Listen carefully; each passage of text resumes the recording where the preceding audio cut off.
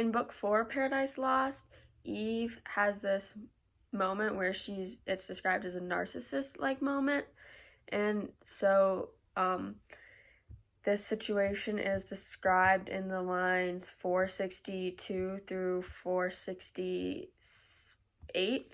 And so it says, bending to look on me, I started back. It started back, but pleased I soon returned. Pleased it returned as soon with answering looks of sympathy and love. There I had fixed my eyes till now, and pinned with vain desire. Had not a voice thus warned me, what thou seest, where there thou seest, fair creature, is thyself.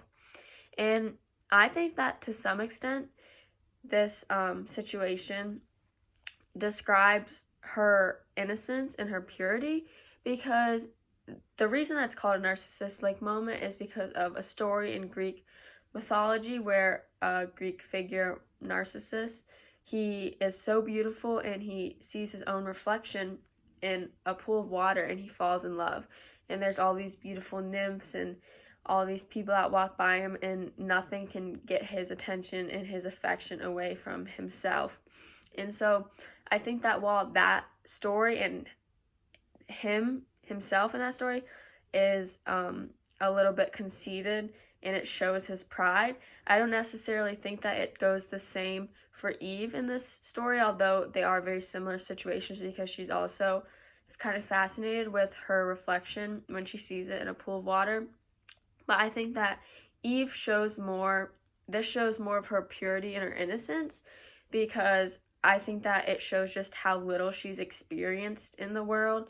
Like, she hasn't seen very much, or she doesn't know very much, to the point where even just seeing her own reflection in water really grasps her attention, and she's kind of fascinated with it for a second. And then she is able to look away and do other things. But it's just for that moment, she's kind of like, wow, I've never seen anything like this, because of how innocent and pure she is, and little experience and knowledge of the world around her that she has. And I think that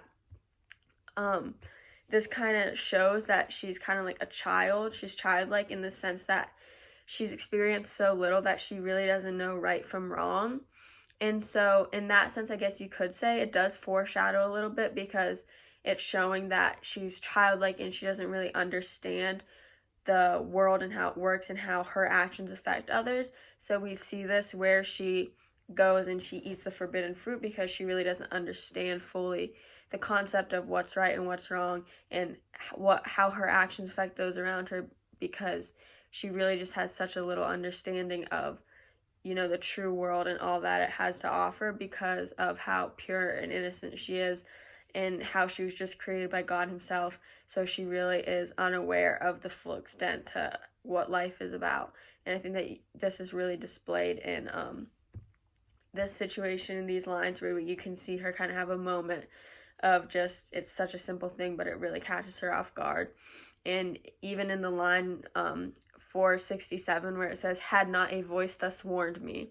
So you can really see, like, she was like, I had no idea about this. No one said anything about this. Like, she was just like, wow, she's really caught off guard by something so simple that many of us in our everyday lives, we could see our reflection in a mirror and it doesn't really, like, we're like, okay, we see that every day. But for her, it was such a big deal because everything on earth was so new to her. And so that's why I think that it really shows her purity and her innocence more than it foreshadows what's to come.